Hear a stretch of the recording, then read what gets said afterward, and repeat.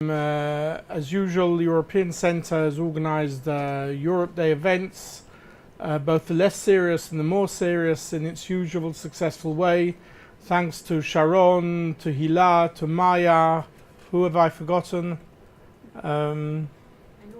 the rest of the team as and well. the rest of the European team, yeah, that's right. And of course, as always, thank you to our loyal partners from the Konrad Adenauer Stiftung, who are so active with us in not just promoting the centre as an institution, but I think in what we see as a joint vision of promoting Europe and educating about Europe amongst students, and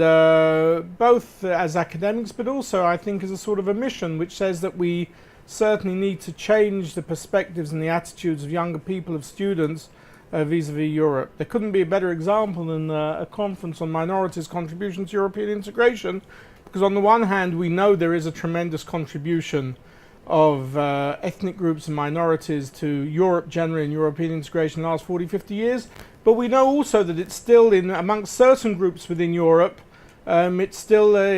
constitutes or is seen as being a problem. Those who would like Europe to remain sort of mono-ethnic, both in colour and in perspectives and so on, and we see it clearly in some of the political events taking place, be it in France or be it even in the UK elections with UKIP and so on. And so on the one hand there is a very important contribution, and we need always to show it up, to strengthen it, to show how this has made Europe into what it is today, and such a different Europe from the one we left 70 years ago.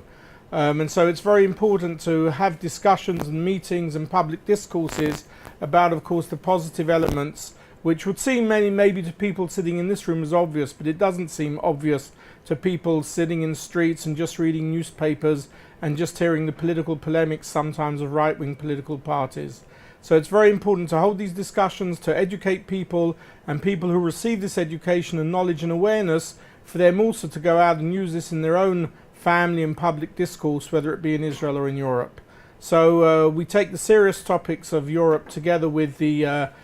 more colourful topics of Europe Day. And once again, thanks to Sharon, to the Adenauer Stiftung and all the team for arranging everything today.